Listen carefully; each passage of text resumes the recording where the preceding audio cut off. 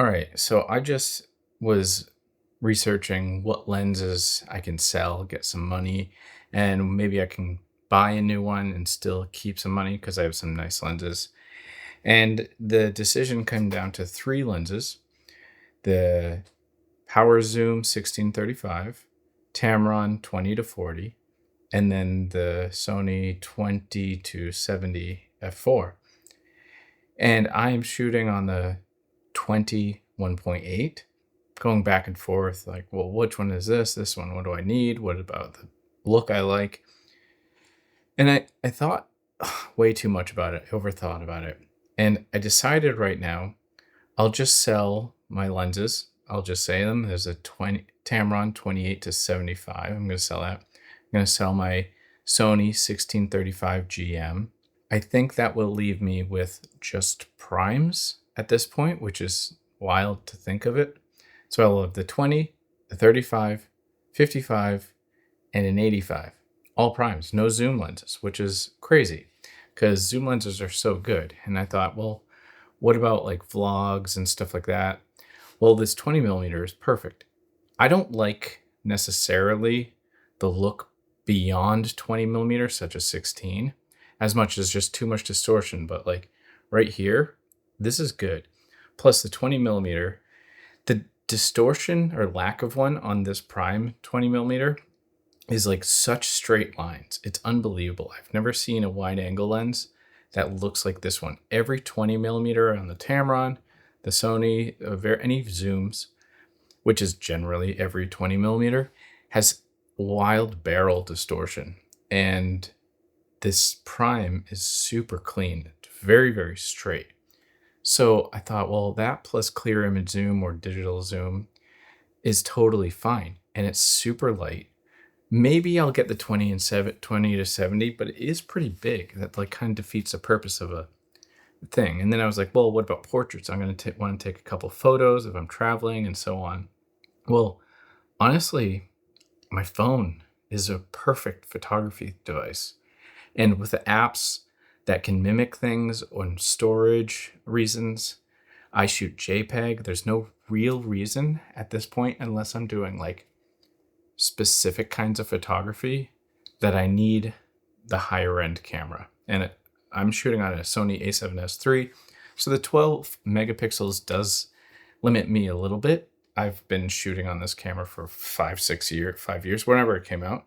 So if any photo you've seen, it's been on this and it's fine.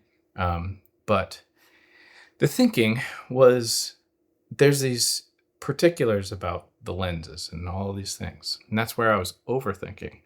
And then I just came down to this idea of like, you know what? What I should focus on is the story, is what's in front of the lens, in my physique, like putting more attention and energy into looking better on camera. Of course, for health, yeah, no shit. But honestly, like looking good on camera will make any camera's appearance better, right? So I know I'm not really talking about vanity. I'm just talking about like what's going to go further, being in great shape or a good lens.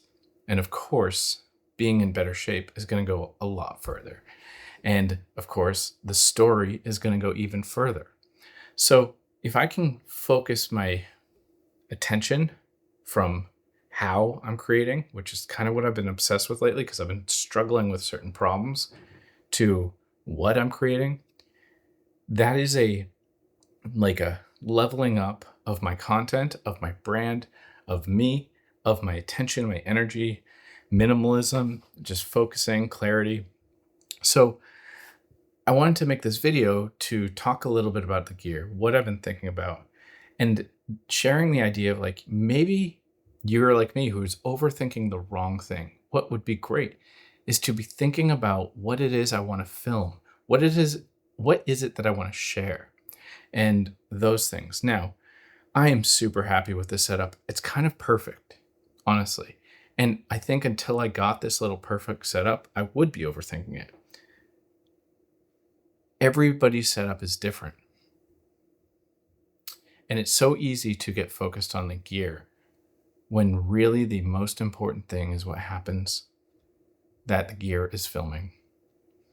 And that lesson is so hard for people like me who are content creators and YouTubers or whatever. We just focus so hard on the gear. We think the tools, because we love the tools, are important, and they are. But there's things that go further than that. And the things that go further than that is like fitness, story, editing in a way. Like, I'm not going to really edit this that much because it's going to be precise. I want this to feel like a casual hello video. I was inspired by somebody recently. His new video, online buddy, Cannon Hineker. I'll link his video below. It was a talking head, and I was like, this is fine, because I put it on at the gym and I just listened to it. I didn't watch it. He didn't have any special edits. I think he had one subtitle at one point that I caught, but I don't need to watch B-roll. I don't need all that stuff. I'm not super into low-level videos as far as low-level editing. It's more that I listen to videos more often these days than I do watch them. And then when I watch them, I want them to have the information spoken about. So yeah, earlier in this video, I showed my setup when I'm talking about it. And that's all I really need to do. There doesn't need to be and go further than the bare essentials, especially if I'm thinking, I would like to do this for another 10 years. So how can I go ahead and make this better for that time? So that's my thinking. I hope this inspires you to think differently about getting your mind out of the gear thing and just thinking, okay, it might be too much to ask myself to find the perfect setup, because there won't be. But can you get the perfect setup that allows you to capture what it is that you want to share? Till next time, peace.